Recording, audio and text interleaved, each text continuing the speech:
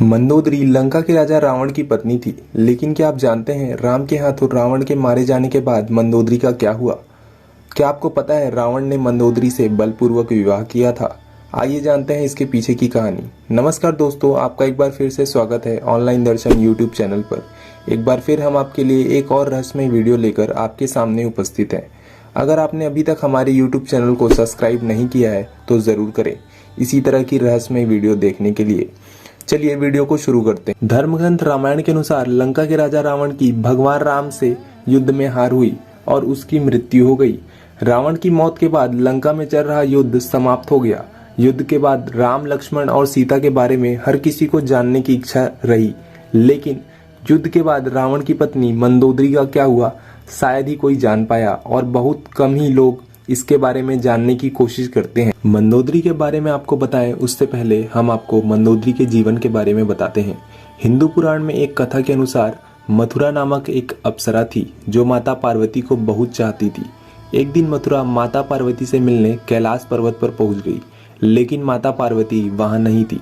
मथुरा ने भगवान शिव को देखा तो वो उनको आकर्षित करने में लग गई और उसने पूजा शुरू कर दी। कुछ समय बाद जब माता पार्वती वहां पहुंची तो यह देखकर माता पार्वती बहुत गुस्सा हुई। गुस्से में आकर माता पार्वती ने मथुरा को मेढक बनने का श्राप दे दिया और कुएं में 12 साल तक रहने को कहा। भगवान शिव ने पार्वती से प्रार्थना की। काफी प्रार्थना करने के बाद माता पार्वती मान गई, श्राप को कम कर दिया और 1 साल तक कुएं में रहने को कहा। मंदोदरी 1 साल तक कुएं में पूजा करती रही। वहीं दूसरी ओर असुरों के देवता मायासुर और पत्नी हेमा के 2 पुत्र थे। वे दोनों चाहते थे कि उनकी एक बेटी हो। बेटी के लिए दोनों कई सालों तक कठोर तपस्या कर रहे थे।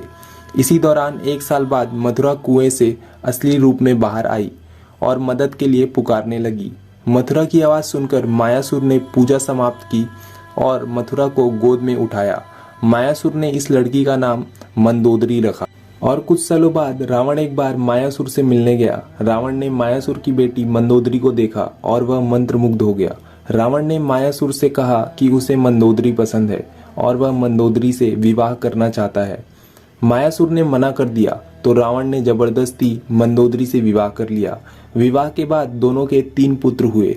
मंदोदरी को पता था कि रावण बहुत अहंकारी है और वो जिस मार्ग पर चल रहा है उसका विनाश निश्चित है। मंदोदरी ने रावण को भगवान राम की पत्नी माता सीता को वापस भेजने के लिए कहा, लेकिन रावण ने मना कर दिया। भगवान राम और रावण के बीच भीषण युद्ध हुआ और युद्ध के दौरान रावण की मृत्यु हो गई।